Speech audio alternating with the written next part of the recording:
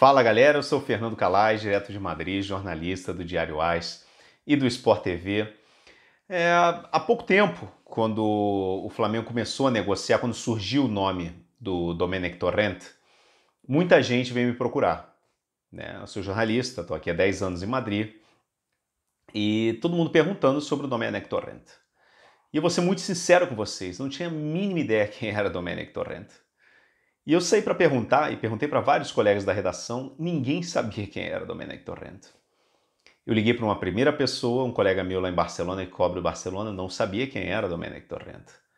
Liguei para a segunda pessoa e só na terceira pessoa eu realmente encontrei a primeira pessoa que conhecia, que sabia quem era o Domenech Torrent, que surpreendeu muito com a notícia, quando eu contei para ele que o Flamengo estaria negociando, estaria interessado, que ele estava entre uns candidatos para ser o substituto do Jorge Jesus no comando do Flamengo. Hoje, no Redação Sport TV e no meu podcast, que você pode encontrar em qualquer plataforma de podcast, no Spotify, no TuneIn, no iTunes, no Google Podcast, no Apple Podcast, em todos os lados você pode encontrar, chama Fala Calais. Eu contei um pouco a história do Miguel Ángel Ramírez, o técnico espanhol do Independiente del Valle, e eu expliquei por que ele era meu técnico favorito naquele momento em que o Flamengo veio aqui para a Europa achando que ia levar um técnico de renome, e o Emery recusou, Pochettino recusou, Leonardo Jardim recusou, todo mundo recusou.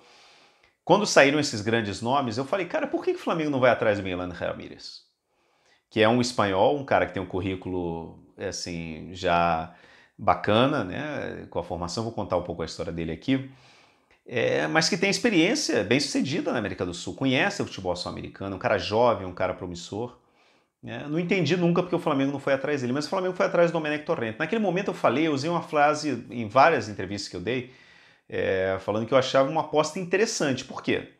Porque ele vinha da escola do Guardiola, ele foi o braço direito do Guardiola no Bayern de Munique e no Manchester City. Ele, assim, as pessoas que eu conversei de Barcelona que conheciam ele, que tinham algum tipo de conhecimento e tal, ele não era um cara muito conhecido, segue sendo um cara desconhecido aqui na Espanha, ninguém conhece ele.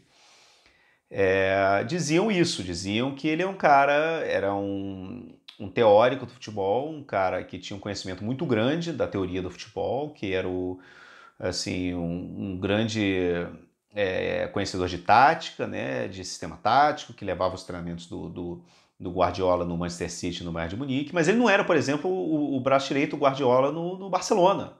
O braço direito do Guardiola no Barcelona era o Tito Vilanova, só que o Tito Vilanova ficou no Barcelona como treinador.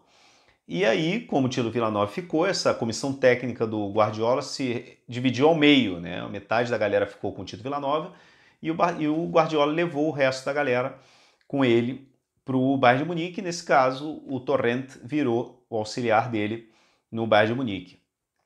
Então,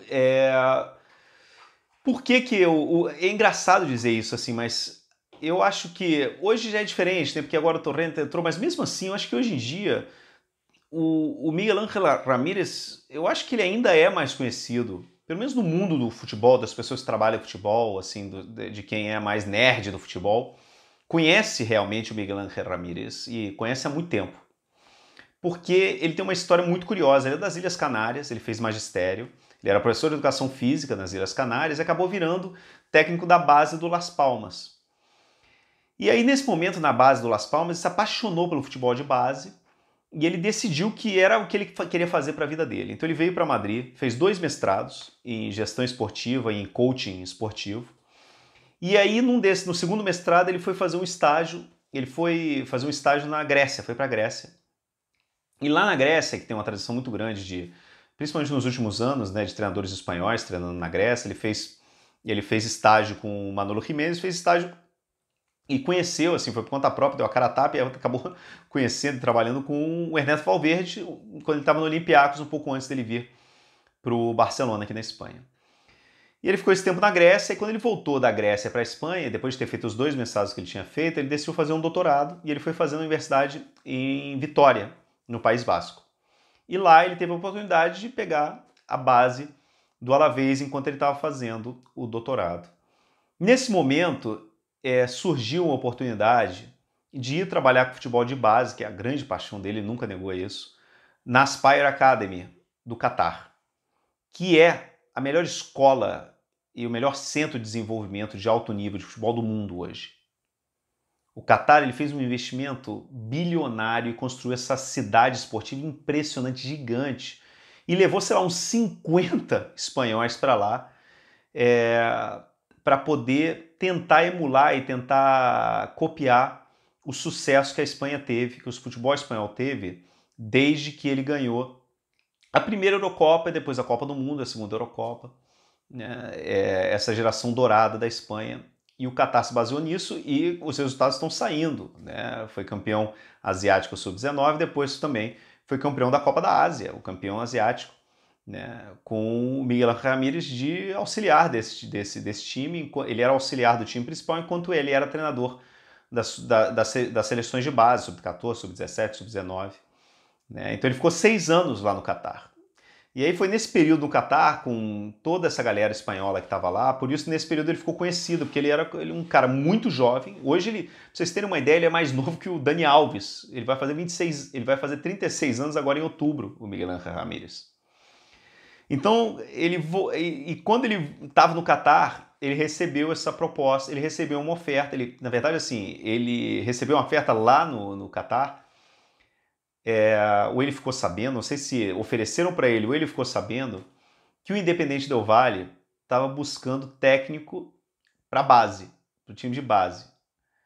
Então ele largou tudo no Catar e foi para o Equador treinar a base do Independente Del Valle. A gente está falando de um cara das Ilhas Canárias que veio para Madrid, foi para a Grécia, foi para o País Basco, foi para o Catar e depois para o Equador com menos de 33 anos.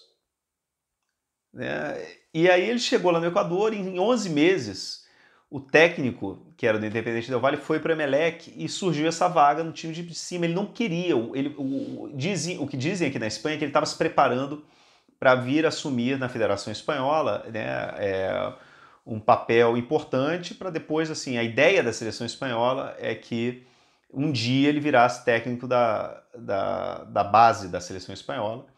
Só que ele acabou ficando no Catar, assumiu o time principal do Independente Del Valle, e o resto a gente já sabe, né? Ele foi campeão da Sul-Americana, perdeu o Flamengo na Recopa Sul-Americana, e agora aplicou a maior goleada da história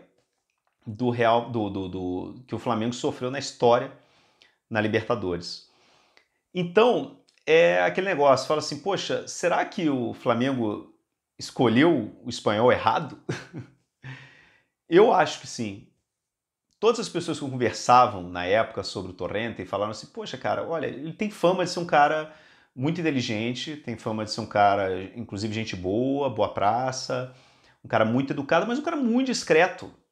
Né? É um grande teórico, mas, cara, com 60 anos, a única oportunidade que ele teve em alto nível foi agora, e se você chamar, MLS alto nível, né?